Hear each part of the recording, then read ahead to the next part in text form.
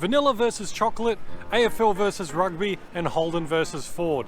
None of these come close to the bitter disputes that we have between Australia's two largest cities, Melbourne and Sydney. If you believe what some people tell you, apparently we love to argue about absolutely everything.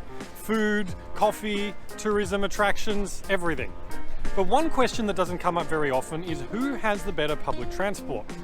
In today's video, I've partnered up with Shareth from Building Beautifully, which is a great urbanist channel talking about all things Sydney and New South Wales, which you should definitely check out.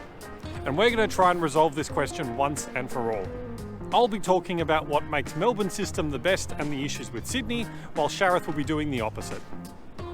Hey there, after you're done with Philip's video, come over to my channel. I'll be talking about what Sydney's public transport does better than Melbourne's. So let's get stuck into this question and find out why Melbourne might just have better public transport than Sydney.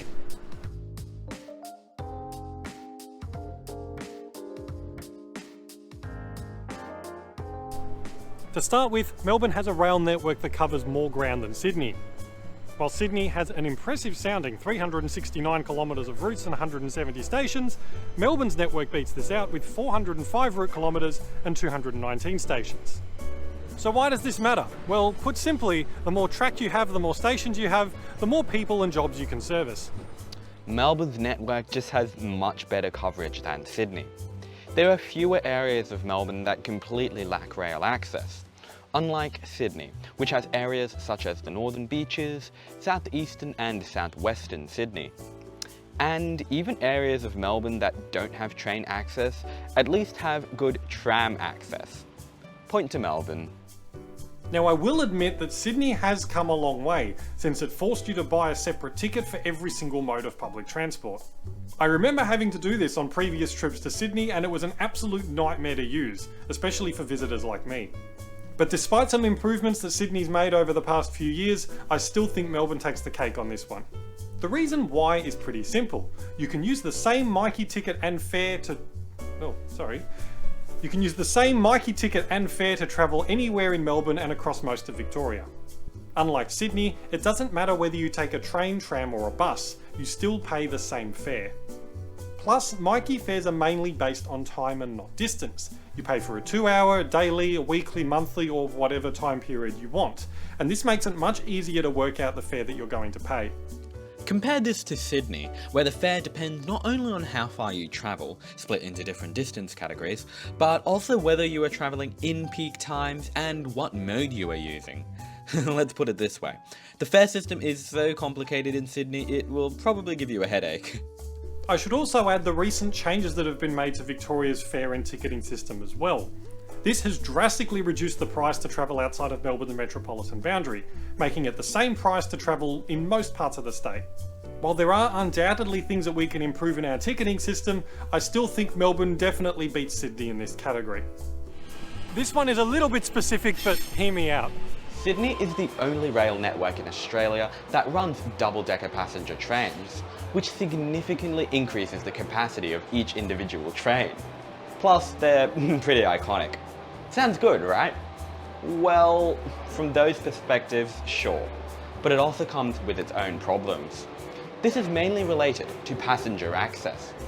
Having a double-decker train means that you have a lot more people getting on and off each carriage. Stations can't have multiple levels of platforms, so you only have the same amount of space as for a single-level train. This adds a lot to dwell times, the amount of time that a train needs to wait at each station, making the network overall slower. Compounding this issue is that you can only fit 2 doors per carriage, one at either end. Double-decker trains can be useful, they look cool, and they certainly have their place. Many countries around the world run these very successfully, such as Germany, Switzerland and the Netherlands. But these are mainly used on intercity and interurban services, where trains don't stop as much and they tend to stop at stations longer.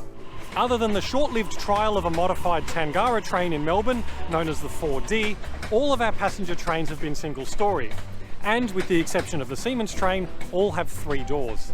This, I think, is the better solution for a suburban rail network like Melbourne's or Sydney's. And now for the obvious one. Melbourne retained large parts of its extensive tram network, although not all of it, while most other cities in the world ripped them out in favour of cars. But we all know the end result. Today, Melbourne has the largest tram network of any city in the world. While Sydney has attempted to resurrect some of its formerly extensive network, this has only translated into 3 light rail lines.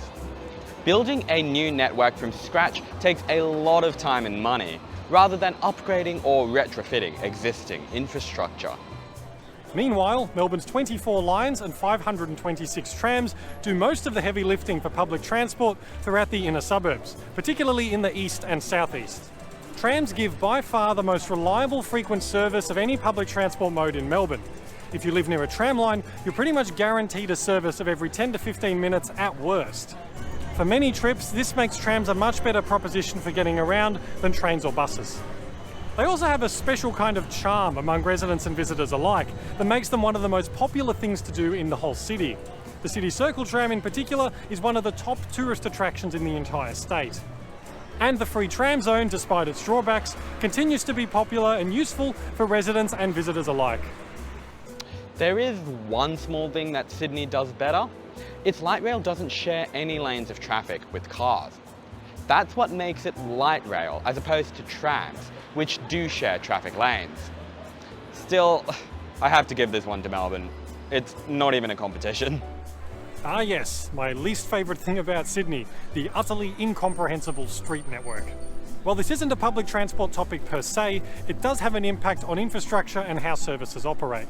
In Melbourne, our flatter topography and earlier urban planning means that our street network is much straighter and more grid-like. Comparing CBDs is like chalk and cheese, as you can see here. Sydney is just spaghetti, whereas Melbourne's main streets are laid out in a nice, easy-to-use grid. This makes on-road public transport operations and network planning a lot easier.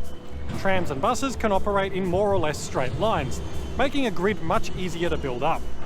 High-frequency corridors are also much easier to plan for the same reason.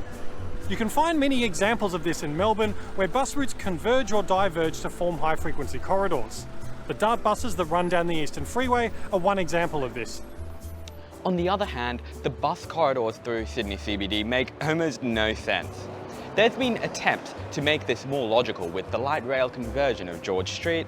However, there's simply no fixing Sydney's spaghetti mess.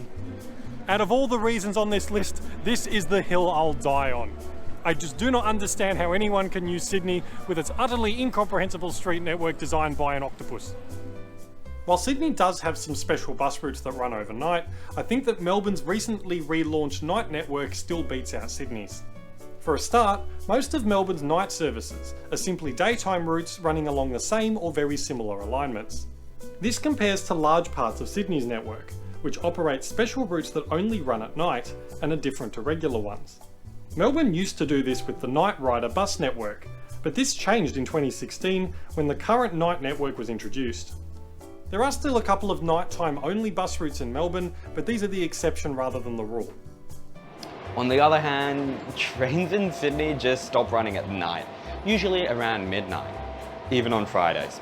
We have a night bus network which runs buses along the routes of the trains at night, but, well, these aren't trains. While Melbourne's doesn't operate 7 days a week, when it does run, it covers a larger area and is a more legible network than Sydney's. And finally, a relatively minor but long-standing bugbear of mine. Unlike Sydney, all of our bus stops have the route number shown on them as well as a printed timetable. Even in far-flung locations like this one in the middle of a field on the Mornington Peninsula, there's a sign with a timetable, route number and destination. Many bus stops in Sydney are just a sign on a pole, with little to no information about which services stop there. I mean, just look at this bus stop in McGrath Hill. We're definitely improving, but we could be improving faster. So that's my pitch for why Melbourne's public transport might just be better than Sydney's. If you reckon that we, your northern neighbours, have it better, or you just want to hear the other arguments, head on over to my channel, Building Beautifully, where we will lay out the case for Sydney. And why not subscribe to me while you're over there as well? We'd love to hear your thoughts on this topic as well. Who do you think has the better public transport network? What do you think needs improvement? Let us know in the comment section underneath this video. Again, make sure you check out Sharratt's video over on Building Beautifully, up here in the top right hand corner, or in the video description below. As always, thank you so much for watching, and I'll see you next time.